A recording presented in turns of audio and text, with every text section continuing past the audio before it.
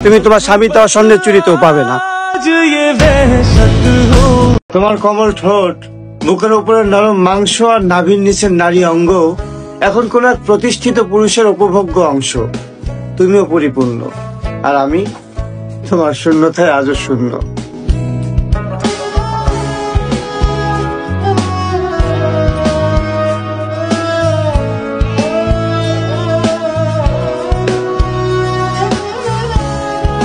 তবে মনে রেখো, পৃথিবীর কোনো এক প্রান্তে কোনো এক বেহায়া তোমাকে আজীবন ভালোবেসে যাবে।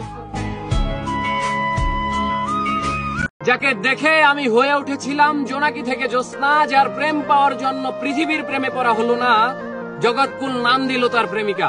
তাকে দেখার পর চাঁদ, ফুল কিংবা প্রজাপতিকেও সুন্দর মনে হয়নি। তাকে ভালোবাসবো বলে অন্য কাউকে ভালোবাসিনি, তবে সে হয়নি আমার অর্ধাঙ্গিনী।